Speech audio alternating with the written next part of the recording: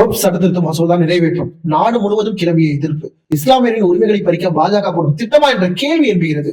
ஜனநாயகம் இந்தியாவின் வெறுமன வார்த்தைகள் மட்டுமே இருப்பதாக தெரிகிறது.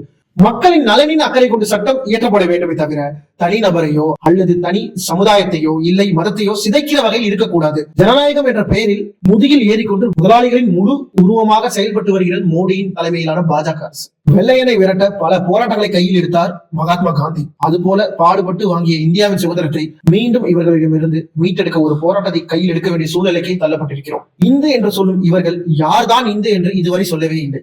எல்லாரும் இந்து என்றால் கருவறைக்கு வெளியில் நிற்பவர் யார் என்ற கேள்வி வருகிறது. என்ன பார்க்க ஏன் உள்ள வரலன்னு அம்பாள் கோச்சிக்க மாட்டாளா? இல்ல நீங்க ஏன் உள்ள விடலன்னு உங்க மேல அம்பாளுக்கு கோபம் வராதா?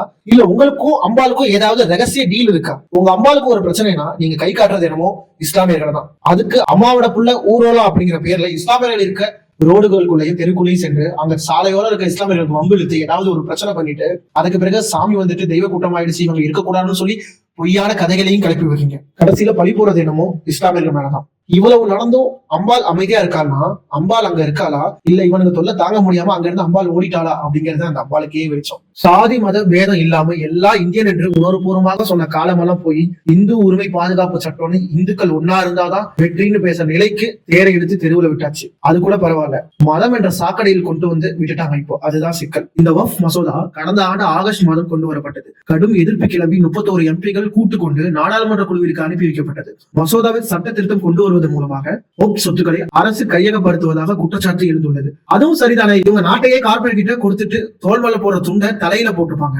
கேட்டா டிஜிட்டல் இந்தியான்னு புது விளக்கம் வேற. அப்படியே போதைப் பொருள் கடத்திய கார்பரேட் முதலாளிகளுக்கு அடுத்த நாளே நியூஸ் வரும். 10 ரூபாய்க்கு ஜிஎஸ்டி வரி, கோடி கணக்கில் சுரண்டவனுக்கு ஒரு வரியும் கிடையாது. சேட்டு கடையில அவசரத்துக்கு நகைய வைப்போம்ல, அதே மாதிரி இவங்க ஒட்டுமொத்த நாட்டையுமே கார்பரேட் கிட்ட அடக வச்சுட்டாங்க. ஏன் இந்த கதையை சொல்றேன்னா இவங்களுக்கும் இந்த கதைக்கும் ஒரு தொடர்பு இருக்கு. வக்ஃப் என்பது இஸ்லாமிய நம்பிக்கை கொண்ட அல்லாவின் பெயரால் அனைத்து விதமான மத நோக்கங்கள் அல்லது தொண்டுகளுக்காக நன்கொடையாக வழங்கப்படும் சொத்துக்கள். இந்த சொத்துக்கள் இஸ்லாமிய சமூகத்தின் ஒரு அங்கம். வேற யாரும் அல்லாவை தவிர வேற யாரும் அந்த சொத்துக்களை உரிமை கொண்டாட முடியாது. வக்ஃப் சொத்துக்களை வாங்கவோ விற்கவோ மாற்றவோ முடியாது. சிறுபான்மை விவகார அமைப்பு வெளியிட்ட தரவுகளின்படி இந்தியா முழுவதும் சுமார் 8.7 லட்சம் வக்ஃப் சொத்துக்கள் உள்ளது. அந்த சொத்துக்கள் 9.4 லட்சம் ஏக்கர் நிலத்தில் பரவி உள்ளது. மொத்த மதிப்பு 1.2 லட்சம் கோடிகள் இருக்கலாம் என்ற கணிப்பு. இப்ப புரிஞ்சிருக்குன்னு நினைக்கிறேன். ஏன்னா நாங்க 5 ரூபாய் கடலை மிட்டாய்க்காரனே விட்டு வைக்கிறது இல்ல, இவ்வளவு இருந்தா விட்டுருவோமா அப்படிங்கிற கேள்விதான் பாஜகவோட நிலைப்பாடு. நாடு முன்னேற பிச்சை கூட எடுக்கலாம், ஆனா நாட்டை வச்சே பிச்சை எடுக்கிறது இங்க மட்டும்தான் நடக்குது. தெய்வ குழந்தை மோடிஜி 7 ஜென்ம பிறவி எடுத்தாவது இந்தியாவை காப்பாற்றுவாருன்னு நம்புவோம். கடந்த 2 ஆண்டுகளில் மட்டுமே 120 மனுக்கள் தாக்கல் செய்யப்பட்டதன் விளைவே புதிய சட்ட திருத்தங்களை கொண்டு வரப்பட்டது. வக்ஃப் அமைப்புகளின் ஊழல் இருப்பதாக குற்றச்சாட்டு. இதுல மட்டுமா ஊழல் இருக்கு? எல்லாத்துலயும் தான் ஒட்டுமொத்தமா ஊழல் இருக்கு. இது இஸ்லாமியர்கள் மீதான வெறுப்பு காரணமாகவே தவிர வேறொன்றும் இல்லை. அதிகாரம் இருக்கும் என்பதற்காக எதை வேணாலும் செய்யலாம். எதிர்த்து கேட்டால் தேச துரோகி என்ற அவப்பேர் தான் மிச்சம். அரசாங்கம் கோவில் மூலமாக 1 லட்சம் கோடி நிதியை பெறுகிறது. ஆனால் தர்காவோ மசூதியோ பெறுவதில்லை. அப்போ அங்க வேலை பார்க்கறவங்களுக்கு சம்பளம் யார் கொடுப்பா அப்படிங்கறதையும் அரசு யோசிக்கணும் இல்லையா?